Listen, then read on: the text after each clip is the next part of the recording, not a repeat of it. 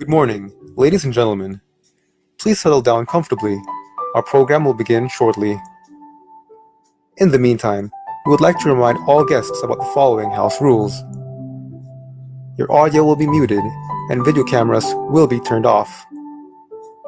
You will only be able to see the program speakers. Chats and comments are welcome, but will not be shown in public to avoid distractions from the award ceremony. In case you lose connection, please re-log in using the same method.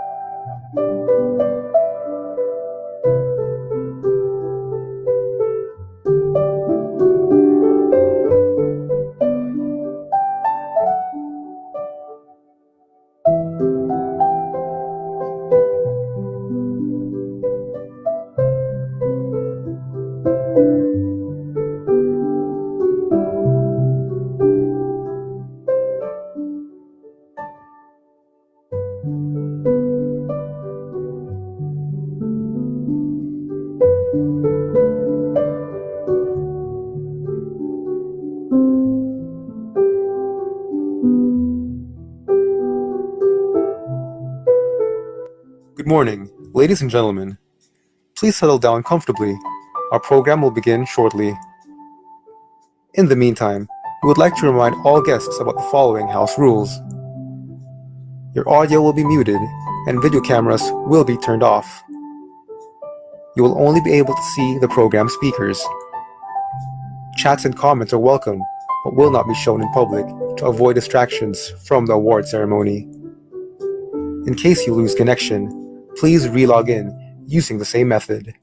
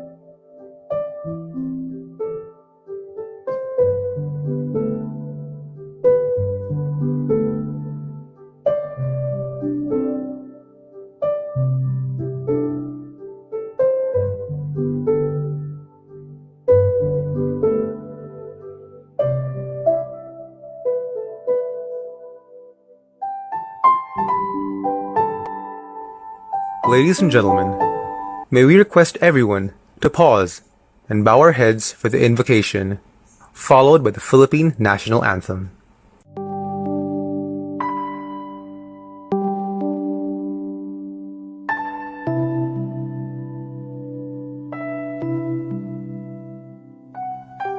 Bless us all, O Lord, we pray, for loved ones here and near and far away, and everyone for whom we pray.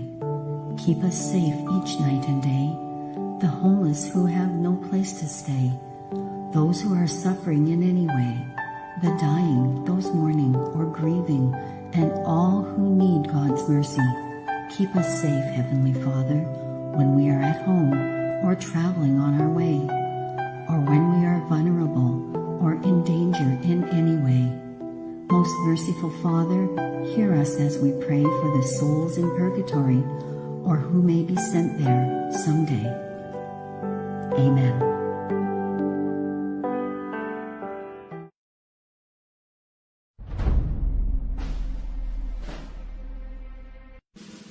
Mga kababayan, ang pambansang awit ng Pilipinas.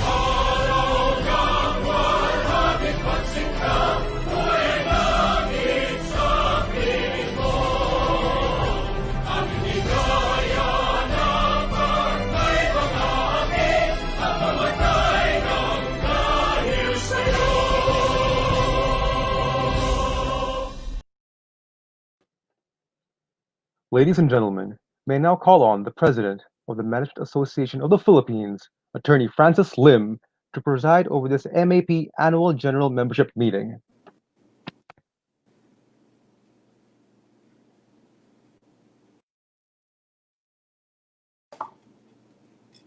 Hello.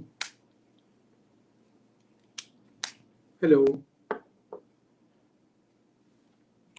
Hello.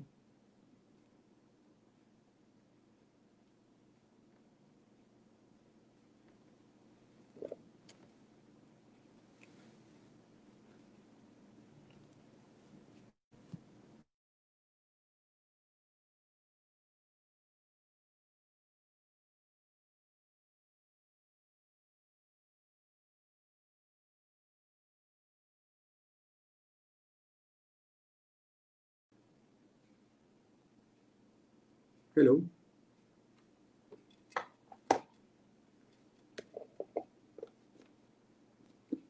Hello.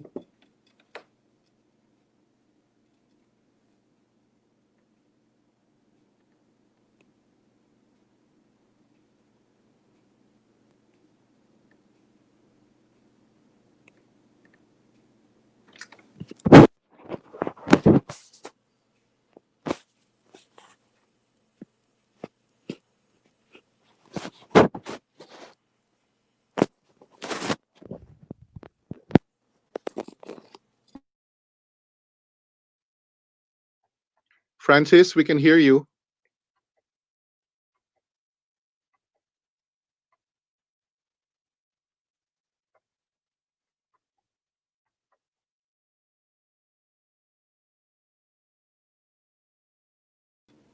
Hello. Hello. Hi, Francis, we can hear you. You're okay. Hello. Yes, Francis, we can hear you. Hello.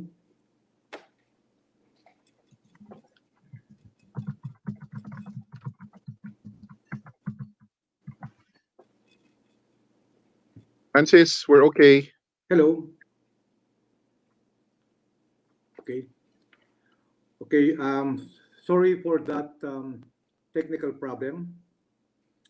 Um, Good afternoon, everyone. I now call the MAP Annual General Membership Meeting to order.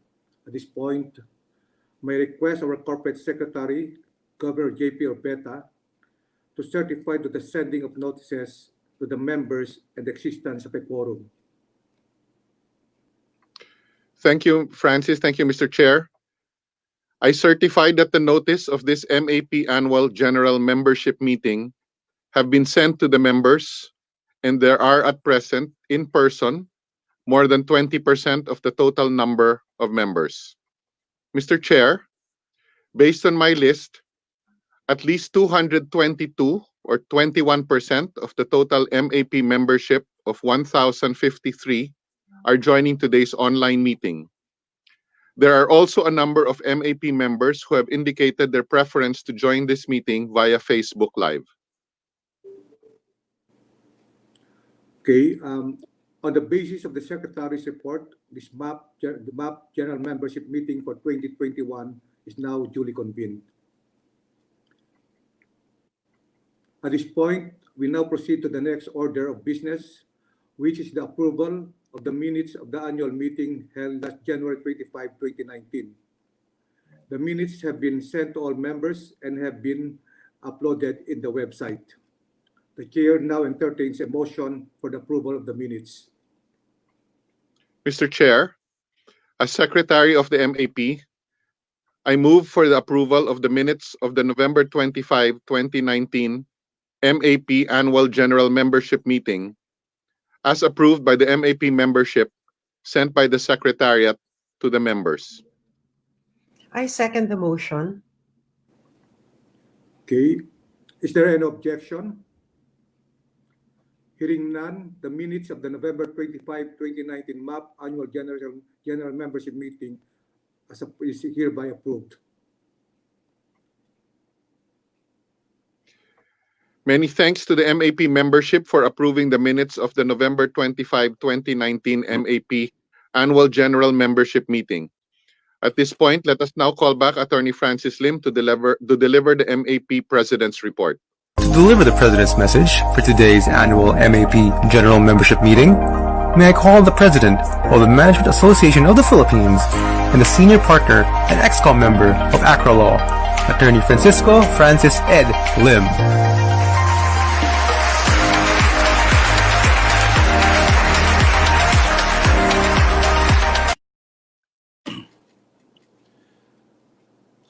Thank you, JP. Our honoree for today, Mr. Piqui Lopez, and the other distinguished MAP Management of the Year awardees, MAP presidents, friends from the government, the diplomatic community, civil society, the academia and media, Board of Governors, the incoming officers led by President-elect Gigi Montinola, our MC Mike Toledo, fellow MAP members and guests, welcome and good afternoon to all of you. Today is a very important day for the Management Association of the Philippines. We're not only conducting our annual general membership meeting, but we are formally conferring the MAP Management Man of the Year 2020 award on a person who is most deserving and well chosen for the honor.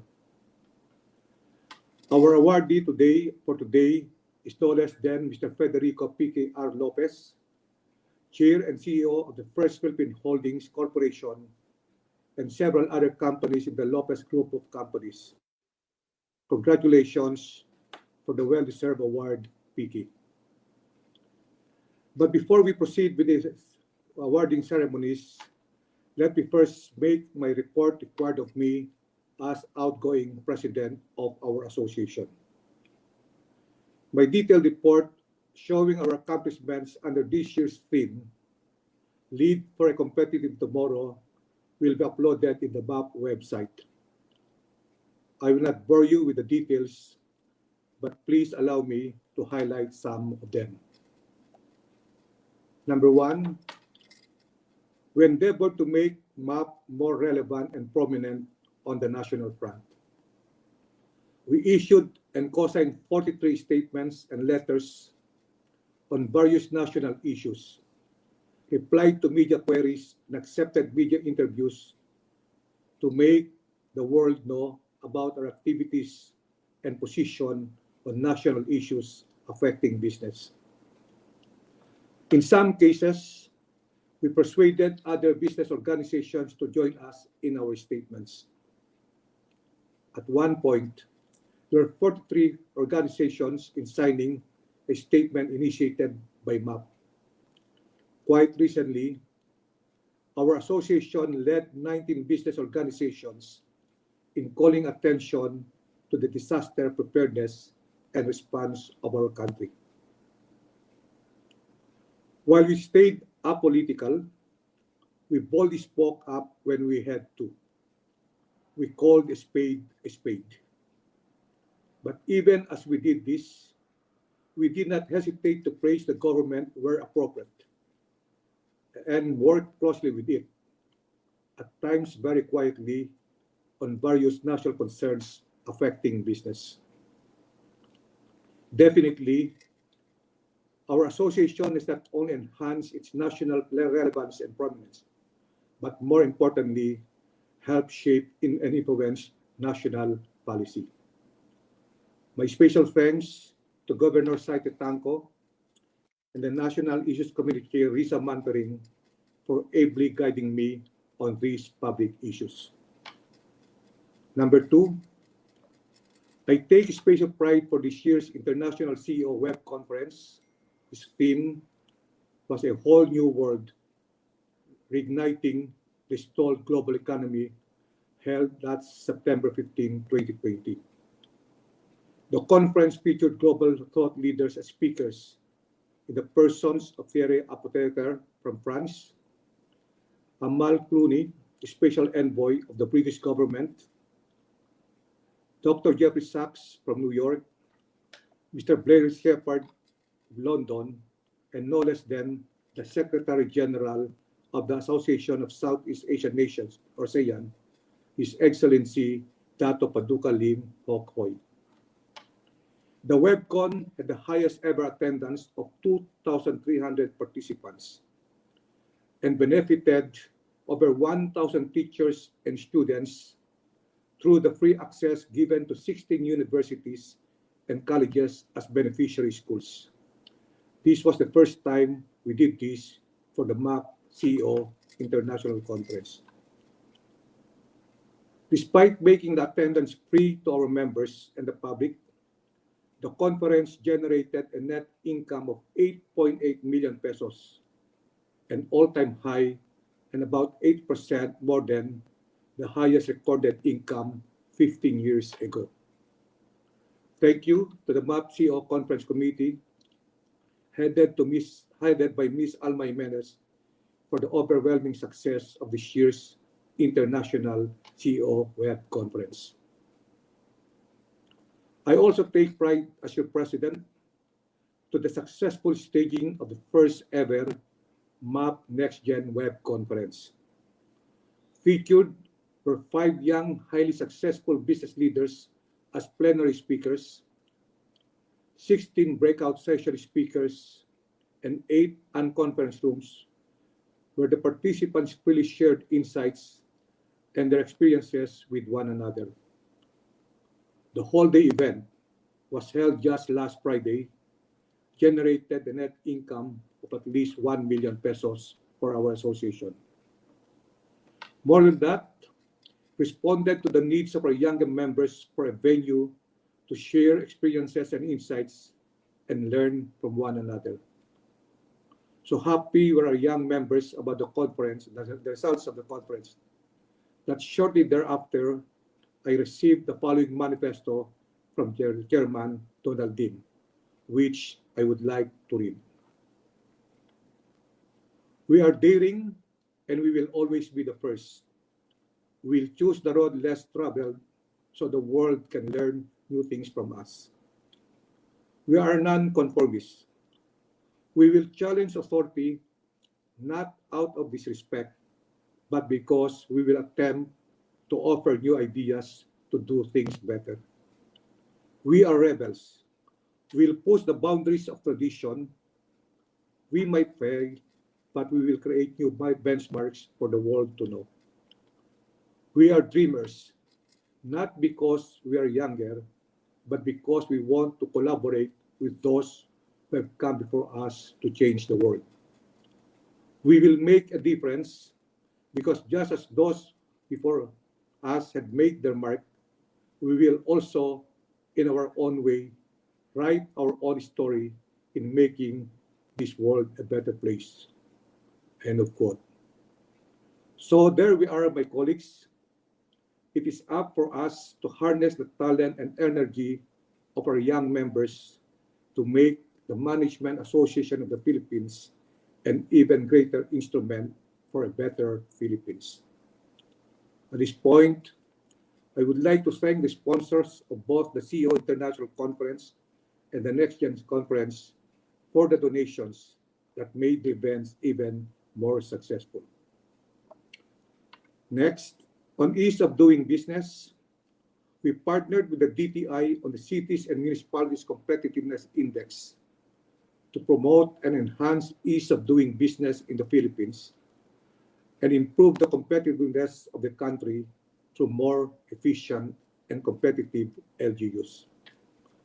We also partnered with PASHA in an effort to help the government in supply chain management, an area that needs vast improvement to help ensure the timely supply of goods and services at the lowest possible cost to our businesses and our people.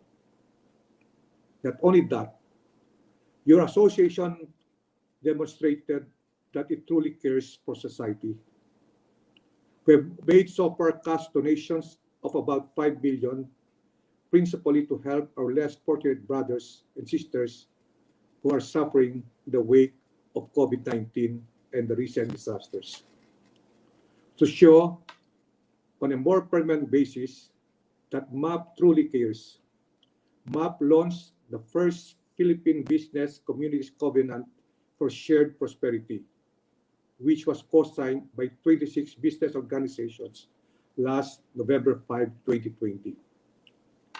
Thanks to the NIC subcommittee led by past President Risa Mantaring, Rex Drilon, Benti Hanky, and Governor Sai Tetanco for formulating the covenant.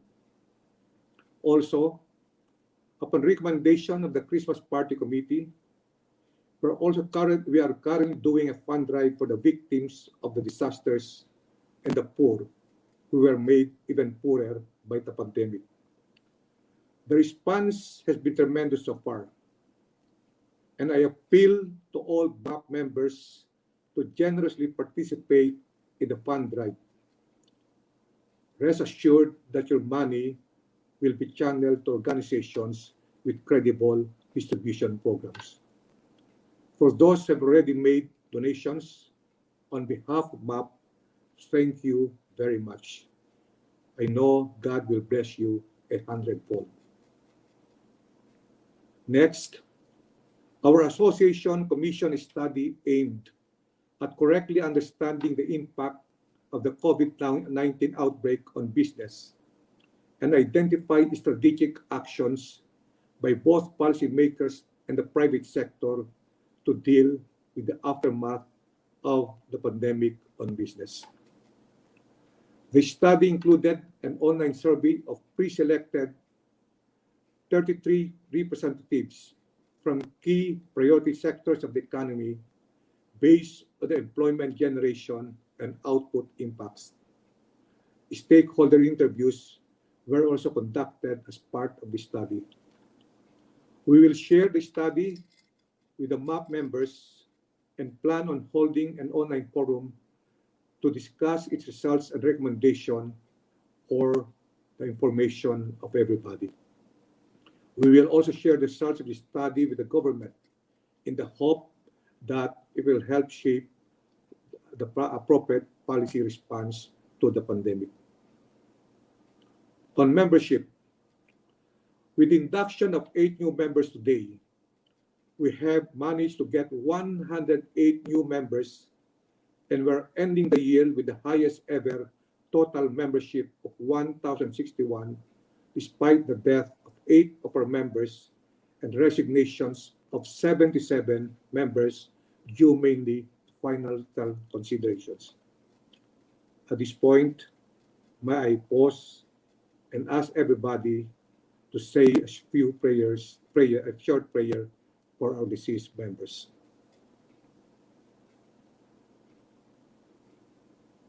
My fellow members, we were able to increase the number of women members from 218 to 231. Likewise, the number of members below 50 years old increased from 156 to 170.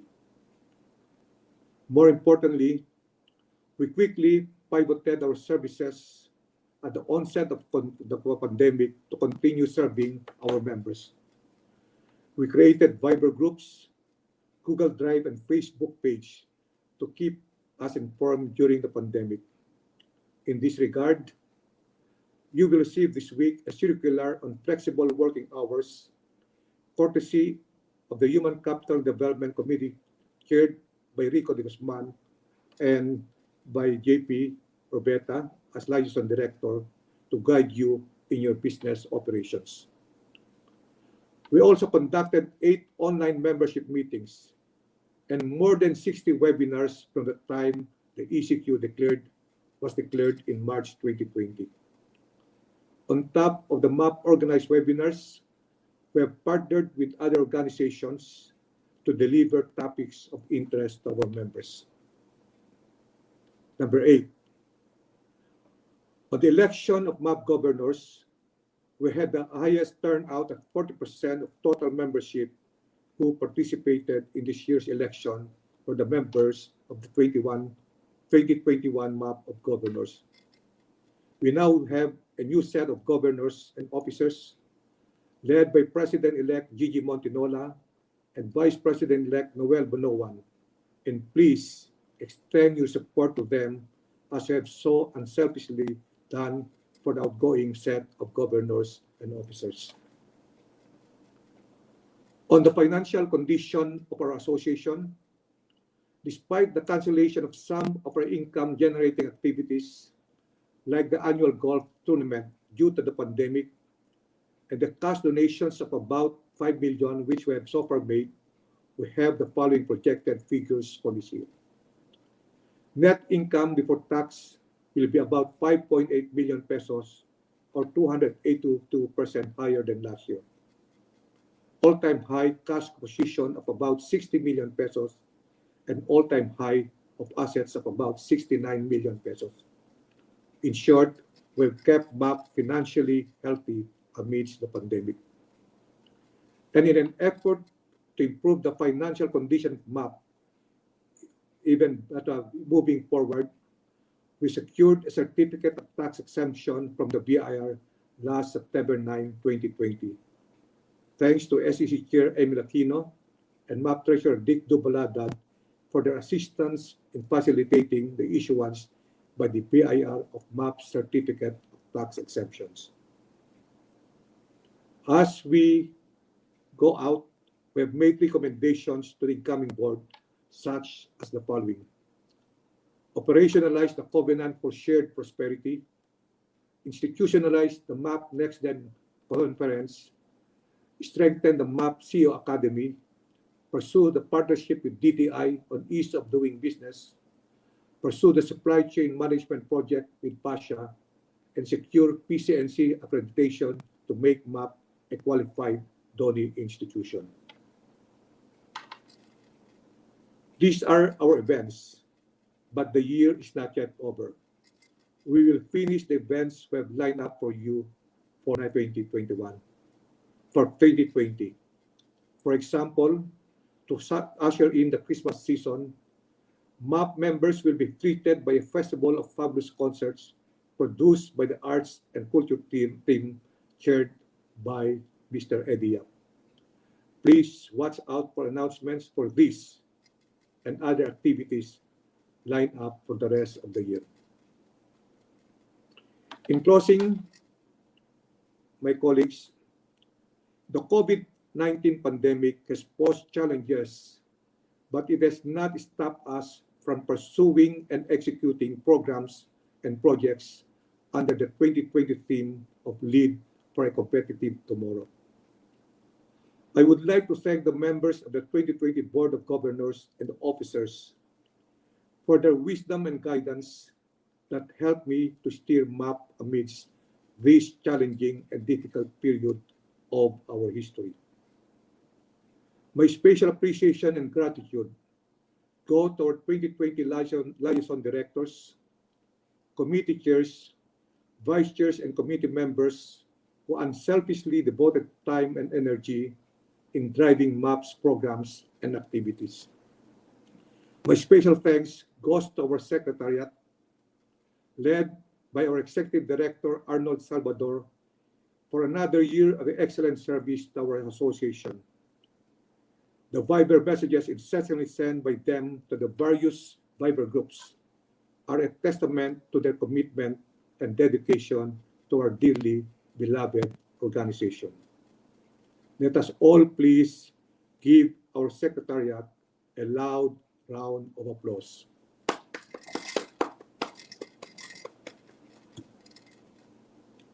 With the active support and participation of everybody, we can truly say that despite the challenges brought about by COVID-19, our association has performed exceedingly well in 2020. Our performance clearly demonstrates that whatever befalls us, we can surmount it with collective resolve and action. It proves beyond doubt that the pandemic is not the end of good times. It is the beginning of better times ahead. In this light, may I reiterate my request to continue to the membership to continue helping the 2021 board and administration to make our association, the Management Association of the Philippines, an even greater organization. Lastly, thank you very much for the opportunity to lead our organization as your 71st president. Maraming salamat at mabuhay ang Management Association of the Philippines. Thank you, Attorney Lim. Now, in order to take advantage of this occasion to induct new MAP members, may I call on the chair of the MAP Membership Committee, Ms. Riza Mantaring. Good afternoon, fellow MAP members, ladies and gentlemen. I'm pleased to announce, as Attorney Francis Lim said earlier, that this afternoon we will be inducting 8 new members. This will increase our membership total from 1,053 to 1,061. May I now read the names of the inductees? Attorney Pilar Almira, President and CEO of the Makati Medical Center.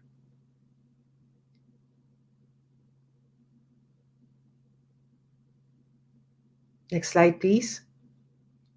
Attorney Engelbert Caronan Jr., President and CEO of the Development Academy of the Philippines.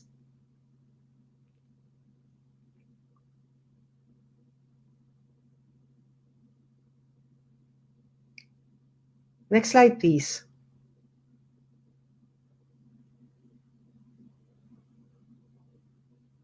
I think we have a bit of a, okay.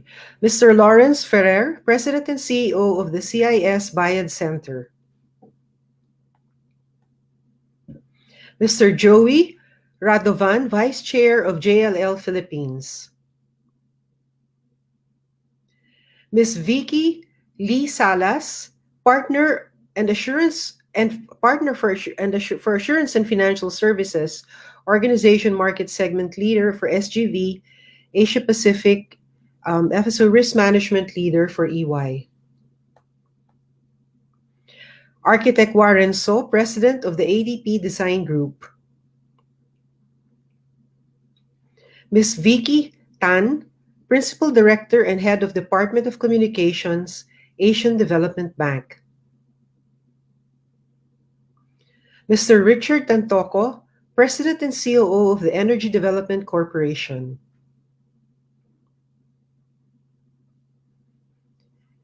Those are our 8 new inductees. At this point, may I call on our President, Francis Lim, to lead the induction of the new members.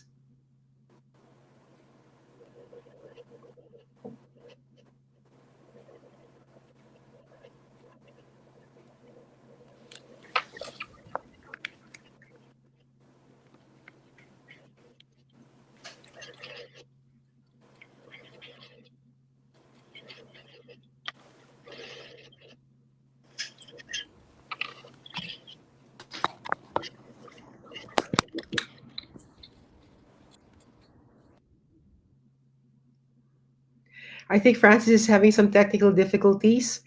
We'll just wait a while for him. Okay. Attorney Lim will now lead the induction of the new members. Hello, Arnold. May connectivity problem.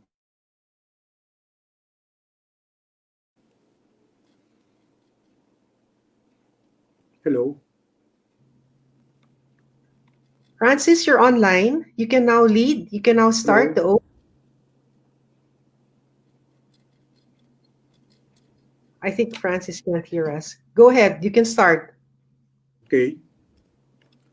I state your name. Do hereby solemnly pledge that I will perform well and faithfully and to the best of my ability my duties as a regular member in order to contribute to the achievement of the objectives of the Management Association of the Philippines. So help me God. Congratulations and welcome to MAP. Sorry for the technical problem again.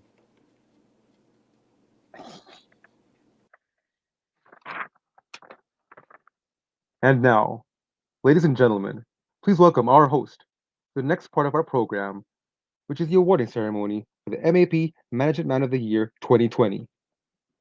The former press secretary and presidential spokesman, the former president and CEO of Weber Shandwick Worldwide, a columnist, the Philippine Star, the host of One News Channel's Titans, the COO of Silangan Mindanao Mining Company, and the SVP for Public and Regulatory Affairs of Felix Mining, and the Managing Director of MVP Group Media Bureau. A big hand, please, for attorney Mike Toledo. Hi, everybody. Pleasant good afternoon. I'm not used to this. I don't hear any applause. Maybe perhaps they could have come up with some fake applauses or something. But really, this is 14th time, and I'm honored to be doing this for the 14th time. It's a record 14th time hosting the Management Man of the Year Award. And please do not believe the nasty rumor that's been going on. The reason that I have been doing this for the past 14 years is because my services are for free. Because I assure you, ladies and gentlemen, that they are not. And Arnold knows this. In fact, thanks to the generosity of MAP, who, by the way, whose generosity has always been legendary, I do get a hefty talent fee every time I do this. And as I mentioned to Ed Chua earlier on, considering that it is more difficult to do this now, because first of all, I don't feel the energy of the room, I don't see your smiles, I don't see your reactions, it becomes more difficult to do this task, no matter how much welcome it may be. Therefore, as Arnold knows, fees will be tripled. At this point, before I continue with your kind indulgence, I would like to request each and everyone if we can just pause for a few seconds to remember those who have passed, especially the frontliners. And I know that we know some of them personally who gave their lives in fighting and battling this pandemic. And also, of course, to pray for the families as well as the families of those who suffered and perished in the two typhoons, or perhaps three, that recently ravaged our country. So just for a few seconds, please.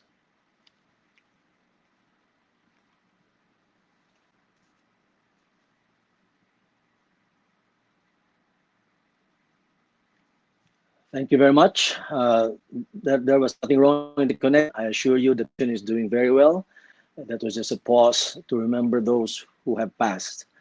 Now, as you know, this is the first time, as Francis also mentioned, President Francis Lim mentioned earlier, this is the first time that we're doing this virtually. So again, this is a record because I've never done this before. And I'm sure most of you have not done award events wherein majority of the members would be in via virtual. So again, this is the first time, and as they say, nobody can ever forget their first time. So definitely, this is definitely one for the books. So please be kind. There will definitely, this will not be flawless like the previous MMA awards or MMY awards rather in the past. So there will be some hitches, but please be patient. We will definitely proceed with it. And I can assure you that it will be definitely worth your while this afternoon because the person that we're honoring is really deserving of such an award. And I am also personally touched that I will be the one hosting this because he is also a friend and also our partner in business. While most of you may know already of his managerial and leadership skills, Perhaps none of you, or only a very few of you, know that our awardee is also an accomplished singer. And one of these days, maybe not today, in one of our Christmas parties in the future, I would like to ask whoever is the organizer at the time to request our awardee to sing. So with that, ladies and gentlemen, and without any further ado, let us now proceed with the program at hand.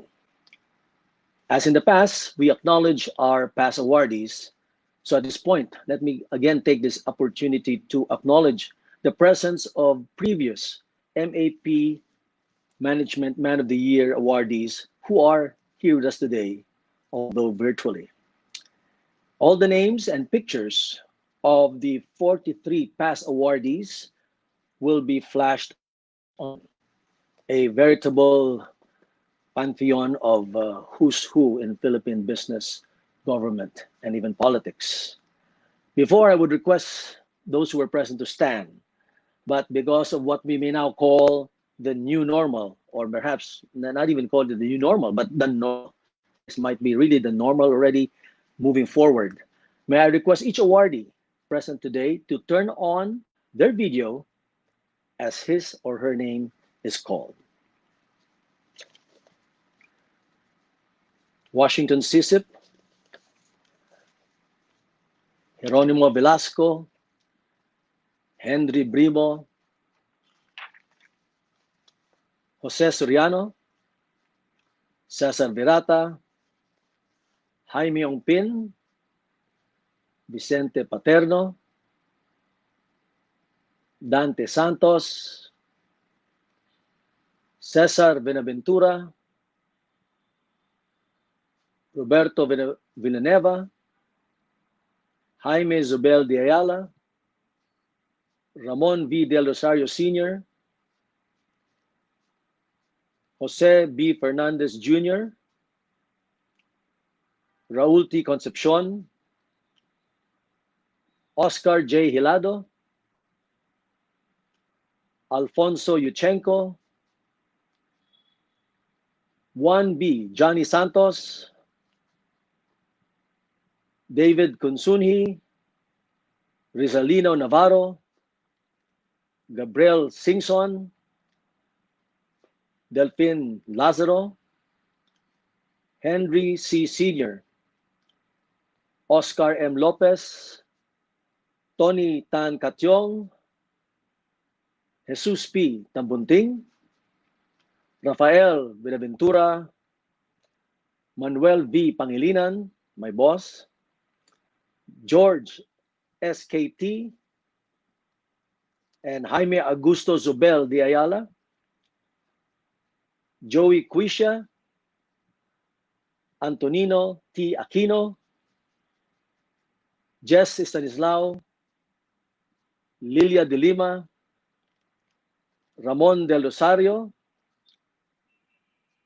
Ramon Aboitis, Gigi Montinola,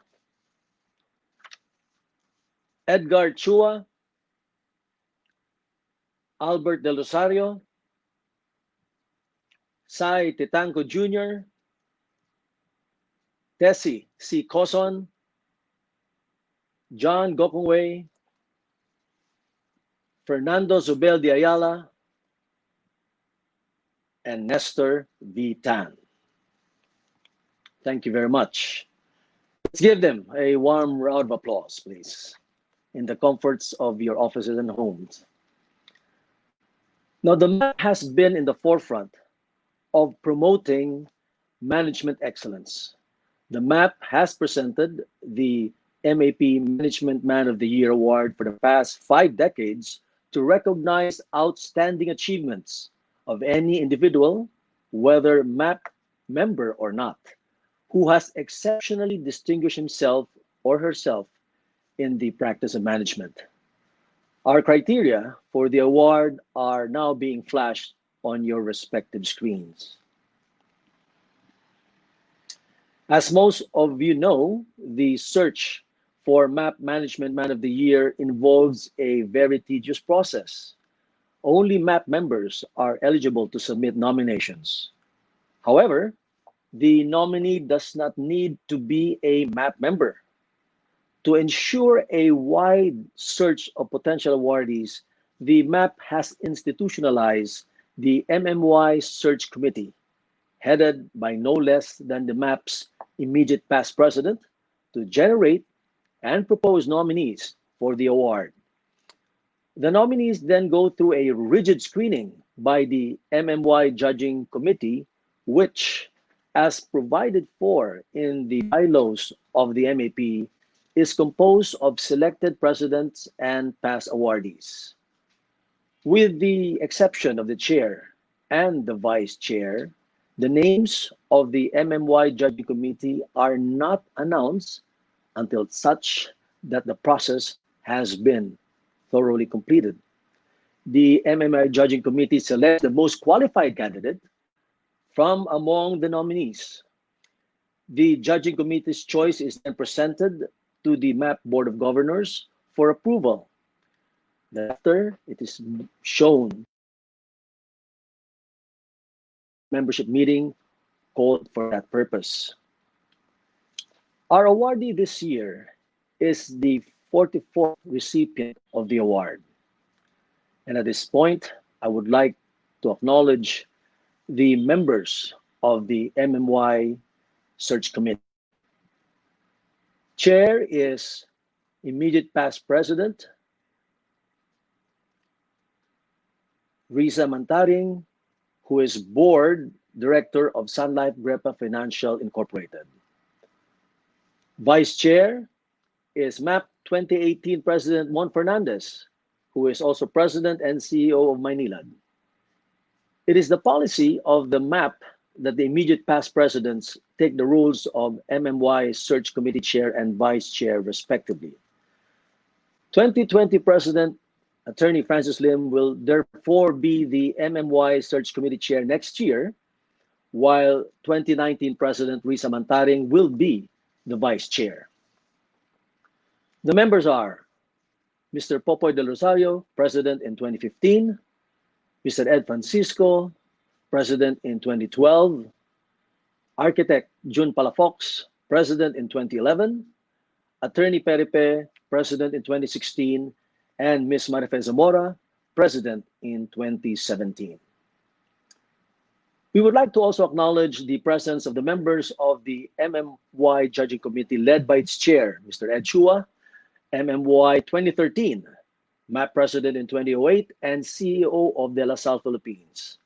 The Vice Chair is Attorney Lilia de Lima, MMY in 2010, and the members are Mr. Monso Aboitiz, MMY 2011, and President and CEO of Aboitiz Equity Ventures Incorporated, Ms. Cora de la Paz Bernardo, MAP President in 1994, Ambassador Joey Quisha, MMY 2007, and of course, also MAP President in 1985. Mr. Ramon del Rosario, MMY in 2010, MAP President in 1989, and President and CEO of FINMA. We also have Mr. Mon Paterno, who was MAP President in 2005. We have Johnny Santos, MAP Management Man of the Year in 1994, and MAP President in the year 2000. Ambassador Chuching Tambunting, who was MAP Management Man of the Year in 2003, and MAP President in 1988. And of course, last but definitely not the least, our dear friend, Prime Minister Cesar Virata, who was MAP Management Man of the Year in 1981. At this point, ladies and gentlemen, and my fellow members of the MAP and distinguished guests of the MAP and members of media, let me now call on the chair of the MAP MMY Judging Committee to read the citation for the MAP Management Man of the Year 2020. Ladies and gentlemen, please welcome Mr. Ed Chua. Good afternoon, ladies and gentlemen, and thank you very much, Mike. You're always the best host.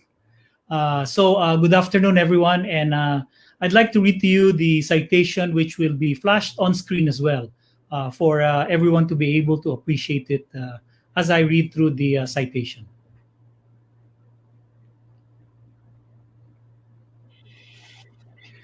The Management Association of the Philippines confers the MAP Management Man of the Year 2020 award on Mr. Federico Piqui R. Lopez, Chair and CEO, First Philippine Holdings Corporation, for passionately pushing for the country's transition to a low-carbon economy through his various advocacies to proactively address the irreparable damage of climate change, for championing the power industry's deregulation for the benefit of the country, for steering the Lopez Group to being in the forefront of energy security and sustainability and clean technologies for renewable energy and natural gas, for developing a deep bench of Filipino technical and managerial talent who are globally competitive, for his leadership role in the substantial contributions of the Lopez Group to national development in terms of production, value added, income generation, and job creation, for his contribution to long-term positive development of society through his undertakings on technical vocational education, youth development, community-based livelihood programs, scholarship opportunities for musicians, and research projects on environmental protection, and for setting an example for Filipino managers through a track record of integrity, entrepreneurial excellence, professional competence, and great leadership in his management career. Awarded on November 23, 2020 in Makati, signed Edgar Ochoa, Chair, MAP Management Man of the Year Judging Committee, Rizalina G. Mantaring, Chair, MAP Management Man of the Year Search Committee, and Francisco Ed Lim, MAP President. Thank you very much, and congratulations to our winner this year.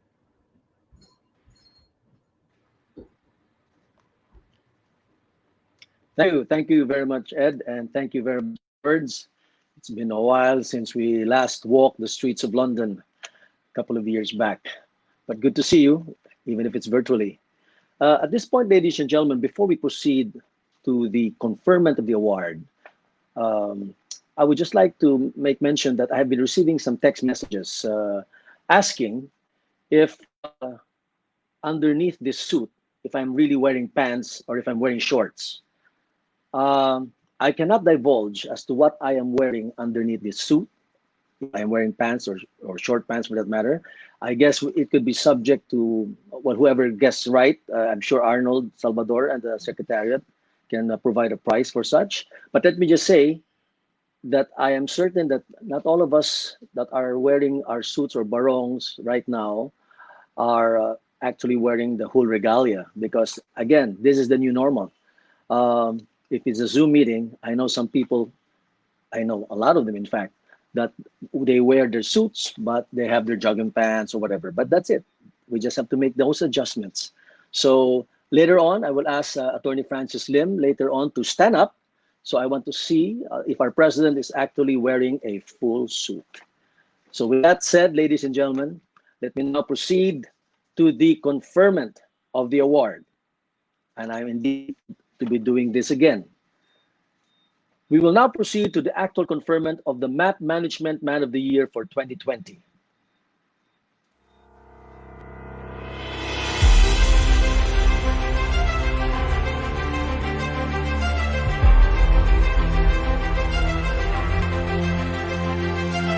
Ladies and gentlemen, please give a warm round of applause for the Chair and CEO of First Philippine Holdings and the 44th MAP Management Man of the Year 2020, Mr. Federico Piqui R. Lopez.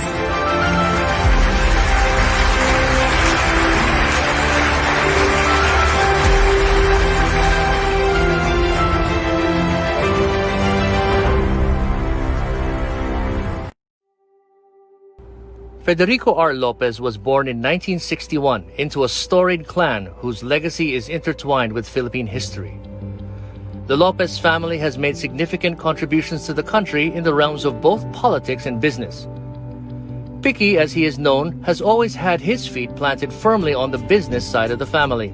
He spent his formative years at LaSalle Green Hills before taking up economics and international relations at the University of Pennsylvania, where he graduated with honors. He worked briefly at Motolite Batteries and PCI Bank before joining his father Oscar, who, as CEO of First Philippine Holdings, undertook the challenge of rebuilding a business that had been decimated during martial law. Picky quickly became a key player at FPH as the conglomerate was reimagined as a pioneer in clean power generation and related energy services, at the same time growing its other investments in property development, construction, and transformer manufacturing. After the retirement of Oscar in 2010, Picky became chairman and CEO of FPH. His tenure as CEO has seen the company grow from a recurring net income of $1.18 billion in 2010 to $11.9 billion in 2019, with a compounded annual growth rate of 29%. But as successful as he has been, Picky has never been content to just chase profits. From the start, he has had a sense of purpose rooted in his love and respect for the environment and the desire to contribute to the well-being of his countrymen. Which is why in 2013, when Typhoon Yolanda ravaged the province of Leyte, Picky and his management team mobilized the human and capital resources at their disposal to help lead the rescue, relief, and rehabilitation of Ormoc and other parts of Leyte, where their renewable power company, Energy Development Corporation, operated its largest geothermal plant and employed and provide livelihood for thousands of people. It's also why, having witnessed firsthand the fury of nature unleashed, Picky announced in 2016 that FPH would never build, operate, or invest in coal-fired power plants.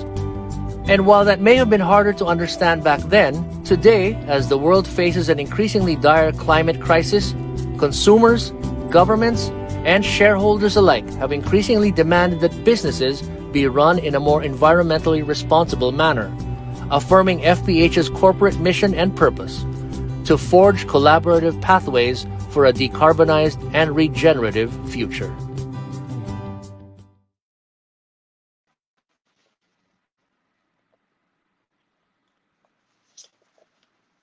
And now, ladies and gentlemen, we would like to call on our awardee, the Chair and CEO of First Philippine Holdings, or FPH, Mr. Federico Picky R. Lopez. A warm round of applause, please.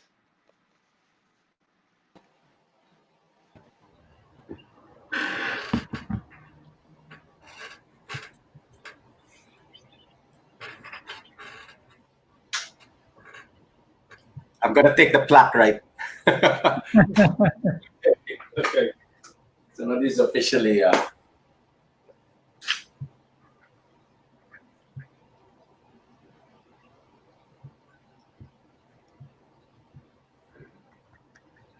Congratulations, Picky. thank you. Thank you so much. So I've been asked to ask all of you to look at the camera so that our picture can be taken. Maybe Picky, you can come a bit closer so that you can be seen in the camera.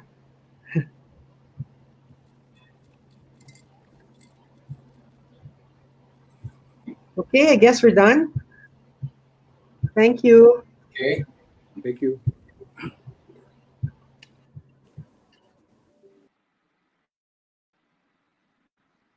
And thank you for that, and congratulations again, Picky. Definitely, we will request you someday to also show your other talent. I'm telling you, he's very good. I've heard him several times.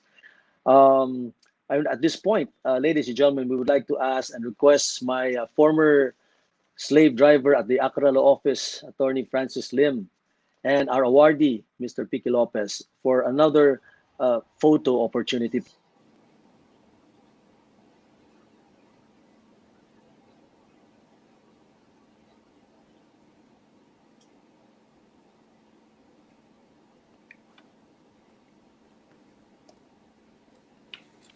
Francis. Yeah. Okay, I think Francis is already online.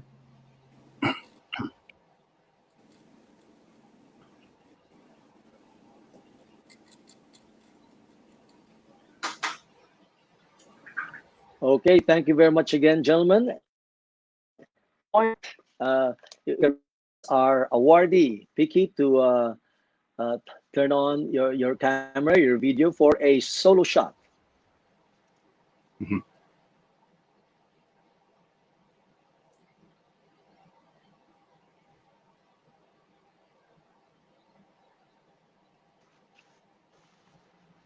Thank you very much, Vicky. Let's give him another rousing, warm applause, please. Thank you. Now, ladies and gentlemen, we would request, and of course, we would all now listen to the acceptance speech of our awardee, Mr. Piqui Lopez. Thank you very much, my good friend Mike. One day we'll take that invitation seriously after this pandemic, so that I'm not known as the super spreader. No, but anyway, good afternoon, friends and colleagues in the Management Association of the Philippines. Allow me first to thank the Board of Governors led by President Francis Lim, as well as the members of the Management Man of the Year Search and Judging Committees for this recognition. I'm deeply humbled by the honor and trust that you've given me with this award. I also extend my appreciation to the MAP team for making this first ever virtual awarding ceremony possible. Now, it's significant that you're giving me this award exactly 20 years after MAP confirmed the same on my father, Oscar Lopez. Now, no one has influenced me and what the FPH is today more than him. His values, discipline, love for nature, zest for learning, his passion for social justice, and his zeal for health and wellness. He's a man of few words and rarely ever displays his approval, only his disapproval, and on that we'd get an earful. But he led us powerfully through his simplicity and his example. I'm doubly honored today because he and my mom are here remotely to share this moment with me. Now, let me share with you that the day after the news of your MMY award, my wife Monina, my son Robert, and I were still in disbelief and refusing to celebrate, given it could have been a mistake or a Steve Harvey Miss Universe moment that might still be retracted. Now, you'll find this odd, but despite the warmth I've always experienced from fellow businessmen and the business organizations I belong to, I've always felt like an outsider or outlier in the world of Philippine business. Now, part of this likely stems from a lingering regret I've harbored that I never finished my Harvard MBA. After I prematurely left campus in 1988 and joined my father in the task of rebuilding a near-bankrupt FPH, I thought I'd return to complete my studies after 3 to 4 years in the business world.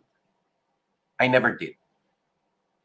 This was likely because the situations I encountered at work convinced me that immersion in the real world, in the world of real-life business, was better for my development than interrupting it with another year of school. I never resolved whether I'd done the right thing and spent the last 33 years without the 3 letters MBA embossed on my CV, and wondering whether I just squandered an opportunity not available to many. After today, thanks to MAP, the 3 letters MMY more than makes up for that and resolves this unfinished goal in my mind once and for all. Now, to be honest, although I read a lot and always relish the process of learning new things both in breadth and in depth, formal schooling in my youth never worked well for me. While I was never the unruly kid at the back of my class, my Zen-like calm during dull class lectures belied a mind that was distracted and already racing in many directions toward future life plans and adventures. Of course, all that showed up in unexceptional grades and academic struggles. A diagnosis then might have tagged me with a learning disability. The more enlightened today might instead have correctly identified this as a learning difference. Whatever it was, the world I felt so at home with was the world of water. I grew up a competitive swimmer, and my dearth of academic honors was way compensated for by the profusion of competitive swimming medals and records broken. Water was always my element, which later translated to a love for the sea.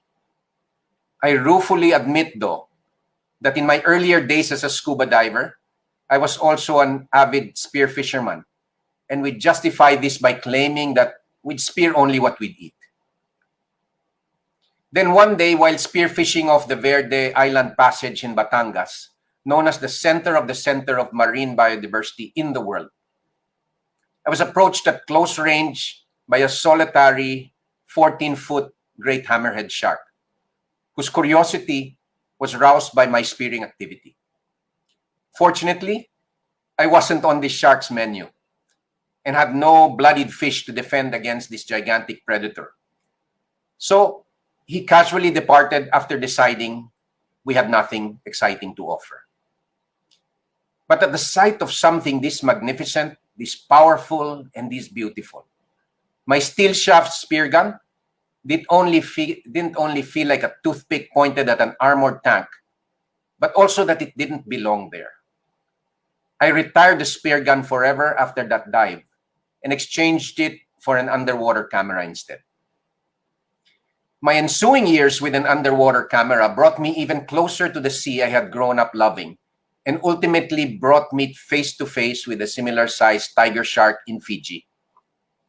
There were initially only 2 of us divers underwater when this monster-sized shark began circling, and his very presence warded off all the other bull sharks, gray reef sharks, nurse sharks, white-tip, and black-tip sharks that had been with us the previous 4 days. That commanding aura defined exactly what an apex predator was.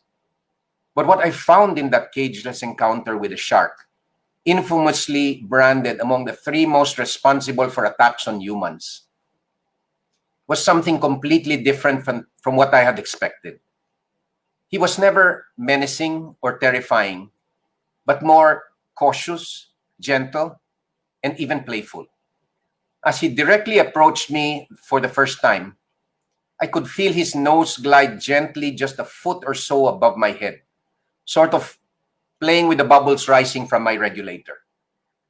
Instinctively, I gently lifted my gloved fingers to touch his underbelly as he passed. And at that moment, decades of fear inspired by the movie Jaws simply vanished from my mind, and my perspective of sharks changed forever. I wrote an article about that encounter, which became a magazine cover a few months later. Of course, it helped that my cousin Ernie happened to be its publisher at that time. Of course, I never had shark's fin soup ever again. Now, a few years later, I had a similar encounter also in the Verde Island Passage, Batangas, with a startled octopus that scurried beneath a rock, warily watching me. And as we sized each other up from a distance, I stayed with it for the next 20 minutes, edging closer as time lapsed. Finally, as I calmly placed my hand out a few inches from where he was, out came a tentacle, gently touching my hand in what looked like an effort to connect, saying, "I think I can trust you." Now, the thousands of hours I've spent in the underwater world over the last 33 years were priceless. I sometimes wonder whether the majesty and beauty of what I've experienced will still be there for my son, his own children someday, to see and feel just as I have.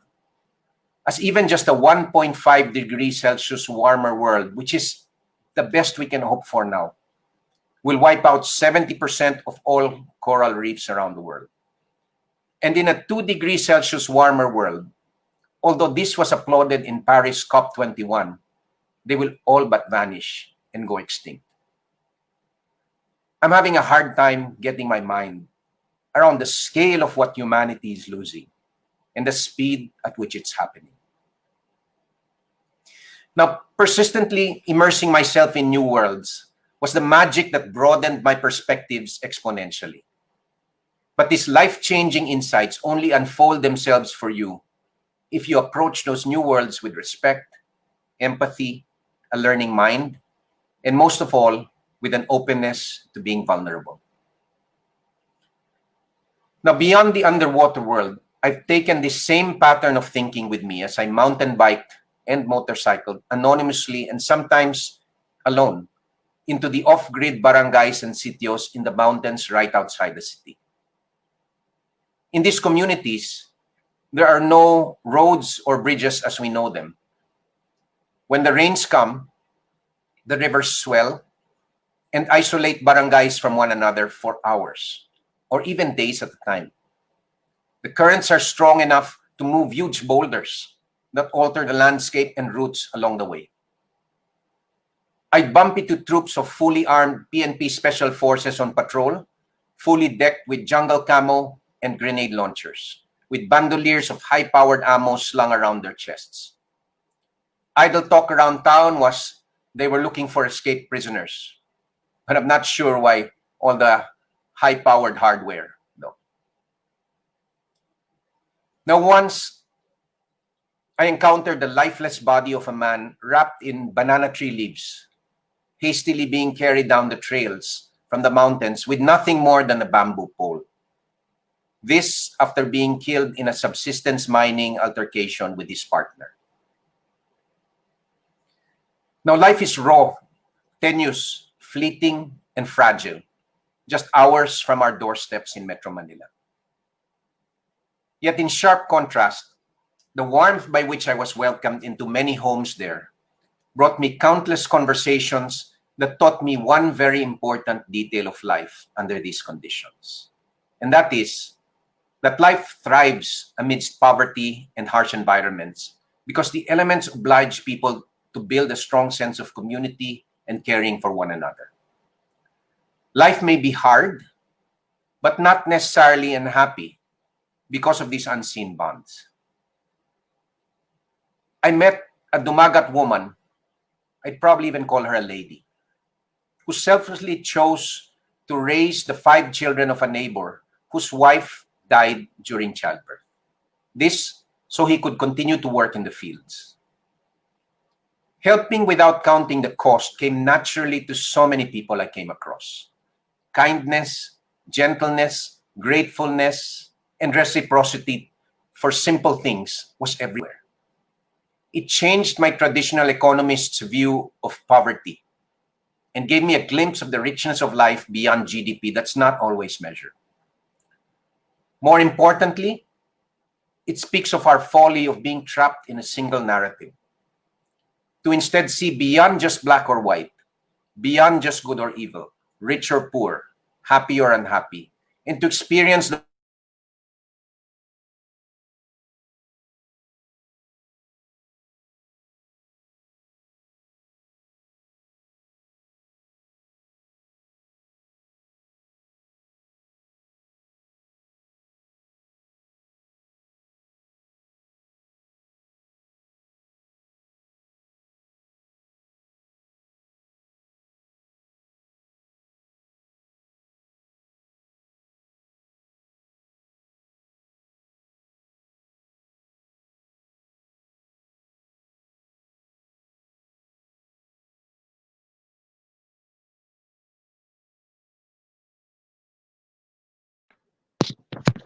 Ladies and gentlemen, we're having a bit of a technical difficulties at the moment.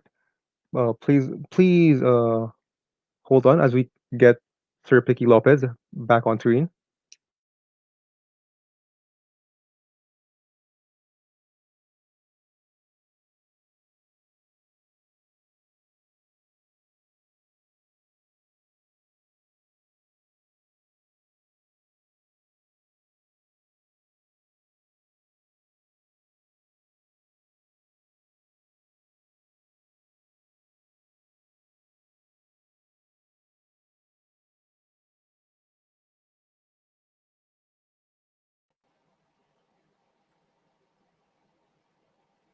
Okay. Now, I value those experiences tremendously as today we badly need senses that help us respect diversity and differences so we can more deeply understand the web of complex and dynamic systems that we are all a part of. And I hope my own learning here never stops. Now, these last 33 years in the business world, I've been blessed with either an active role or a front row seat to many of our group's notable and defining moments. Among them, the birth of the Philippine natural gas industry with Malampaya, its impending sunset, and of course, the eventual birth of a new one involving LNG. The privatization and deregulation of the country's power industry following the passage of IPIRA, the acquisition and transformation of world geothermal leader EDC, and the near-death experience of the Lopez Group in 1999 to 2009, when, because of massive debts and regulatory problems, our stock price plummeted to 8 centavos per share in 2002 from a high of 15.55 in 1993. Then subsequently, the turnaround and success of our North Luzon Expressway Toll Road project in 2005, and our group's resuscitation following the sale of MNTC in August 2008 and the sale of Meralco in 2009.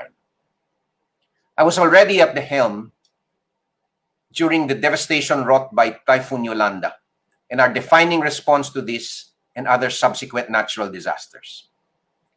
This led us to firming up our group's definitive no to coal declaration in 2016, which was not easy to explain to shareholders and analysts who wondered whether it made sense to just shut the door, walk away from a profit opportunity, or compete in the power industry with one hand tied behind your back. Despite the doubters, let me say we never wavered and never once regretted the decision, most especially today.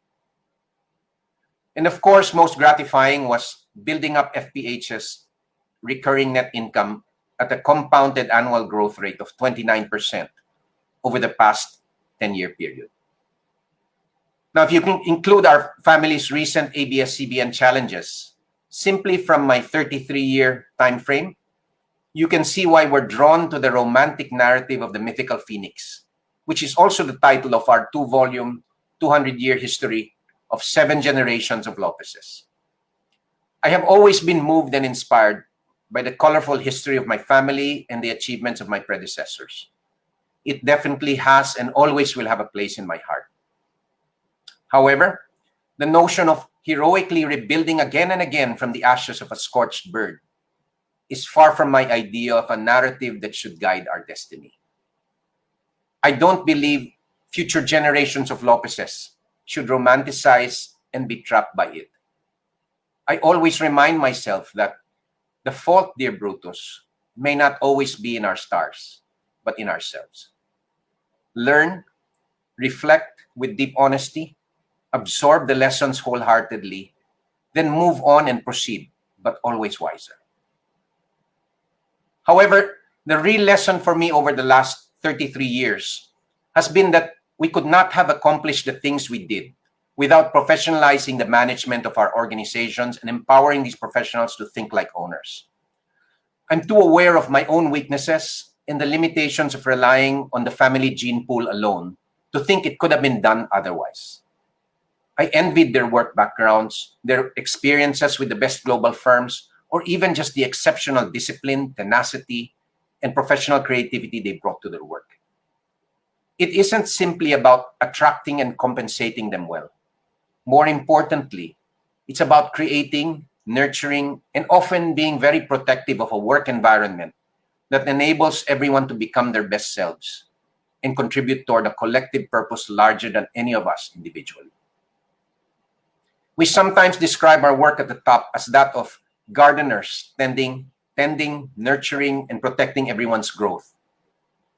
I know that sounds passive and docile, but this often requires actively keeping egos and feelings of entitlement in check so that unbridgeable silos don't take root, and relationships as well as communications are always strong. A lot of this underpins successful and agile teams that grow, solve problems, and create considerable value for all stakeholders together. Like with any garden, forest, or ecosystem, that kind of work requires eternal vigilance and never stops. But the year 2020 has been a bizarre year for all of us. These last few months made what was unthinkable tangible and real. We now live in a world that's not merely complicated, but tightly interrelated and complex. To use the words of the mathematician and meteorologist Edward Lorenz in the 1960s, where he asks, does the flap of a butterfly's wings in Brazil set off a tornado in Texas? The COVID-19 pandemic has driven this into our psyches mercilessly. It's also exposed us to the raw power of exponential progression.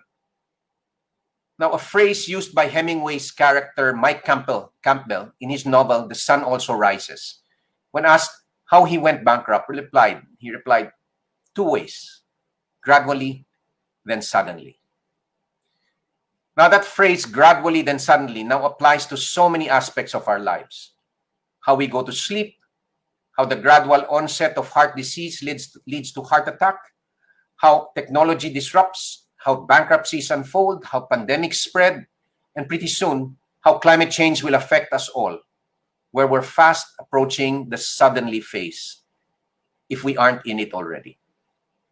How will FPH and the Lopez Group move forward in this unsettling new world?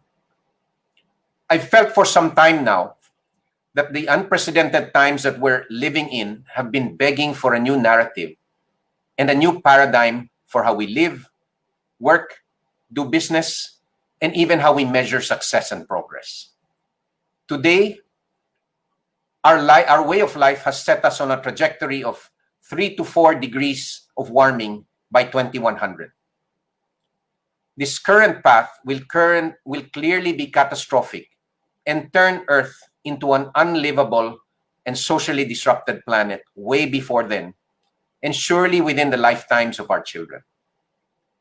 Whenever I see the UN IPCC timelines needed to keep global average temperature rise to 1.5 degrees Celsius, when plotted on a chart, it reveals a curve still just within reach, but with each year of inaction gets precipitously steeper and tougher to meet.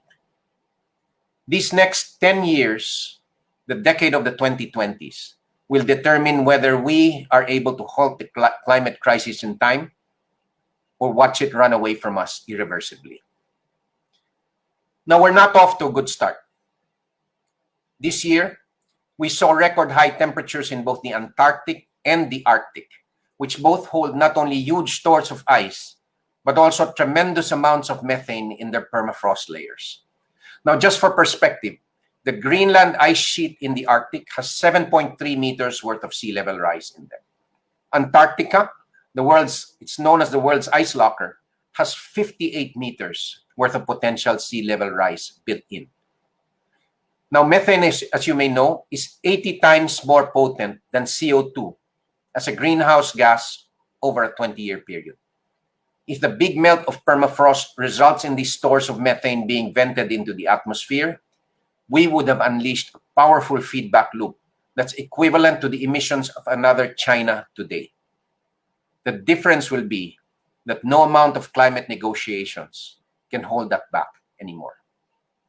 Now, if you don't mind a sleepless and terrifying night, look up the National Geographic cover story for September 2019, which articulates in full color what's happening up there in the Arctic.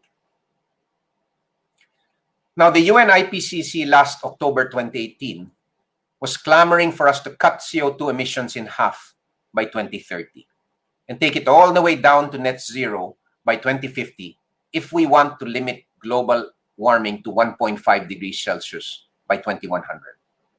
Now, that's roughly a 6 to 7% annual reduction in carbon emissions till 2050. Now, just for perspective, again, this year, travel and transport reductions and the economic slowdown from COVID-19, it's expected to reduce carbon emissions by 7 to 8%. In other words, we need a COVID-scale crisis every year till 2050 just to keep the planet livable. Now, today, at just 1 degree Celsius of warming, which is where we are, we can already see the geologic scale changes happening to our planet's environment everywhere. Now, I'm sure that you remember the Australian and California wildfires and the drought that's reduced the mighty Victoria Falls and Zambezi River to a mere trickle last year. Then, just earlier this month, millions of Filipinos were sequentially pummeled and thrashed by Rolly, the world's most powerful typhoon this year, and Ulysses, one that surpassed Typhoon Ondoy's wrath in 2009. The destructive power of these formerly 100-year events has no doubt been intensified by the accelerating climate crisis, and they now hit us with greater frequency and regularity. The news images that swept our screens these last few weeks painfully called up two thoughts that were always simmering at the top of my mind.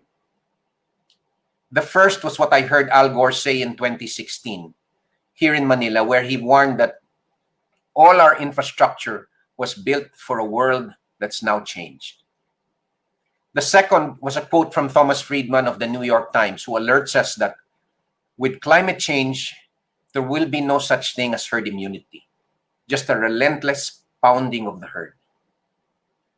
Now, how long can even the strongest, most resilient communities withstand this relentless and repeated pounding year after year if they can lose everything that they have at least 20 times a year, which is the number of typhoons that we have?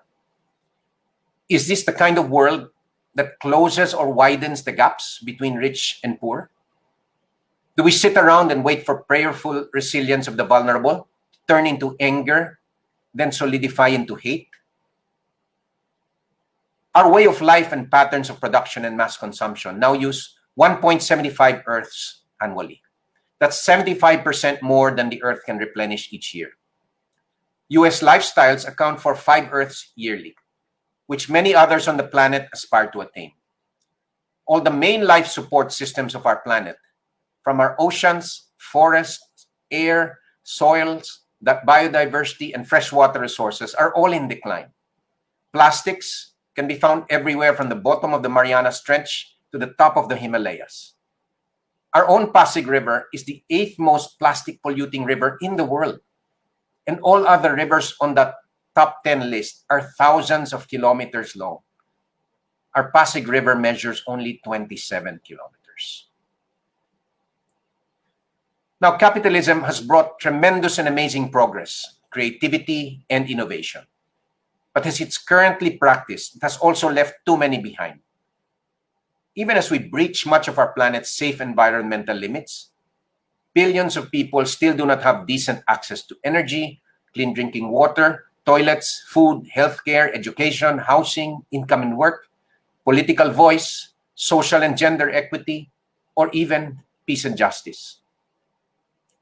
Our Economics 101 classes taught us the rainbow-shaped Simon Kuznets curve.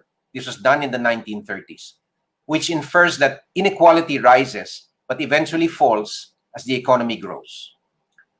There was even an environmental version of that curve by economists Grossman and Kruger in the 1990s, which promised the same relationship with environmental degradation, and that eventually pollution all got cleaned up as countries got richer.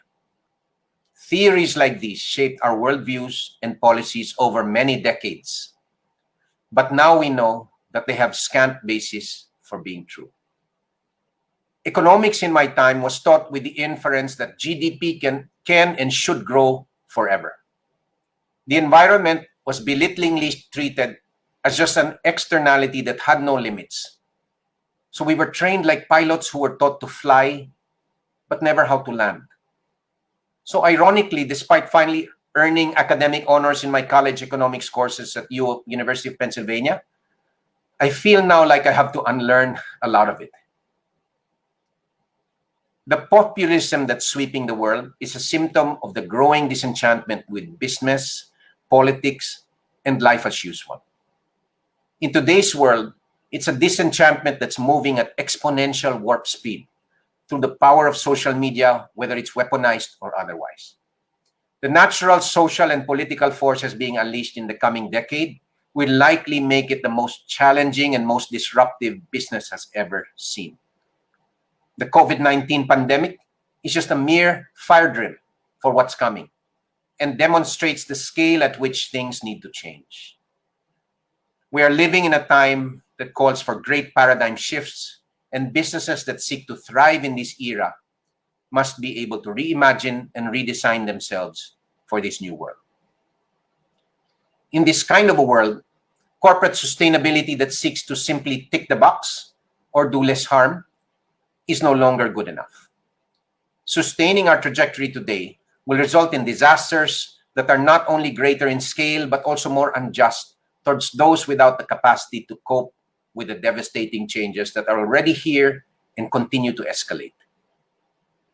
Businesses need to align themselves, their resources, and their capabilities towards a mission that seeks to elevate everything they touch: their customers, employees, suppliers, contractors, the environment, communities, and of course, their investors. CSR or philanthropy may ease our consciences, but the sad fact is they may never scale up enough to heal our hurting world in time. There's an urgency for all of us to go beyond incremental sustainability and transform into regenerative forces that align our profit engines with the need for a better, more just world and a safer planet. Collectively, we have the creativity and innovative energy needed to solve the world's greatest problems. Unlocking these will be the foundation to some of the greatest business opportunities in the coming century. Paul Polman, the former chairman of Unilever, refers to the 17 UN Sustainable Development Goals as simply the world's greatest business plan. Now, moving closer to home, this year we crystallized our mission at FPH and our group of companies, and that is to forge collaborative pathways for a decarbonized and regenerative future. It's a deliberately high bar, and we're nothing short of humbled by it. But let me share a few points about this short phrase. First, the mission was deliberated on and hotly debated internally for months, and finally solidified our role in the transition to decarbonized energy system. But it goes beyond energy and anticipates dealing with the many adaptive challenges needed to redesign how we live, work, and do business in a changed world. Secondly, we didn't feel it was appropriate anymore to use the word sustainable in a world that's so badly in need of healing and renewal. So we took on the challenge of using the word regenerative instead, with all the responsibility that that carries. We're not a full-on regenerative company today. Likely no one is yet. But we chose it deliberately to signal to our people that they have a license to adopt this new mindset as our inherent way of doing business, and that it's okay for them to bring their values to work every day. Being regenerative doesn't scale if it only comes from the top. It has to permeate the organization and how it does business day to day. And thirdly, the word we used very deliberately was collaborative, as we believe we cannot do this alone. We, which includes our PR and our CSR professionals, all have to stop seeing this as a competitive beauty contest. I keep stressing that to our people, that if we find ourselves ahead and alone at the finish line, we will have failed in our mission. This is a massive undertaking, and we know that we cannot possibly succeed if we go the journey alone. Now, honestly, these thoughts make me feel small and humbled, because everything we've been doing so far just feels like a tiny first step on a dangerous 1,000-mile journey. We're all imperfect beings with imperfect abilities in an imperfect, maybe broken world. But it should never mean losing the courage to make things better. As the songwriter and poet Leonard Cohen wrote, "Ring the bells that still can ring. Forget your perfect offering. There is a crack in everything. That's how the light gets in." Now, let me close my remarks by saying that paradigm shifts of this scale and magnitude can never be easy, especially in the stage before there's any momentum. But I take comfort in the transformation of a common caterpillar into something so functionally different and radically beautiful as a butterfly. Every caterpillar harbors dormant imaginal cells each waiting with the potential to transform into something else. As cells morph, the immune system of the caterpillar attacks them as if they're outsiders or enemies. But as the transformation persists and the number of imaginal cells multiply beyond the critical tipping point, the body stops fighting them. It changes over and begins the process of nourishing those same cells instead. An unformed embryonic wing may start out with just 50 cells, but grow to as much as 50,000 when fully formed. The anguished and labored metamorphosis of a butterfly that can take to the sky in flight only begins the moment it's willing to give up being a caterpillar. Now, once again, let me thank the Management Association of the Philippines for honoring our journey with this award. It's finally made sense of the times when we felt like the faint voice in the wilderness and our view of the world may not have been mainstream. But thankfully, the winds are changing profoundly now. But no matter where each of us are in this continuum of belief today, I feel with a mix of certainty and hope that we will all be helping each other along this same road very soon. We look forward to building those collaborative pathways with as many kindred spirits as we can. Thank you.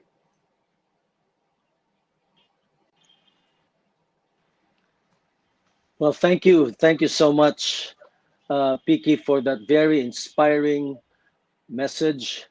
Clearly, you have reminding us of the increasing planetary emergency caused by global warming, which somehow, because of the other problems that we face, especially the recent pandemic or the ongoing pandemic, we seem to forget that that is even a much bigger problem. And as you correctly pointed out, no amount of herd immunity can solve that kind of an environmental damage that we are facing. So on behalf of the members of the MAP and all our distinguished guests who listened to you, thank you. The warning was indeed timely, very relevant. Maraming salamat. Ladies and gentlemen, let's again give a warm, rousing MAP applause. It can be heard virtually, I can assure you, to our awardee, Map Management Man of the Year, Piki Lopez. Congratulations. Thank you. And again, Piki, maraming salamat.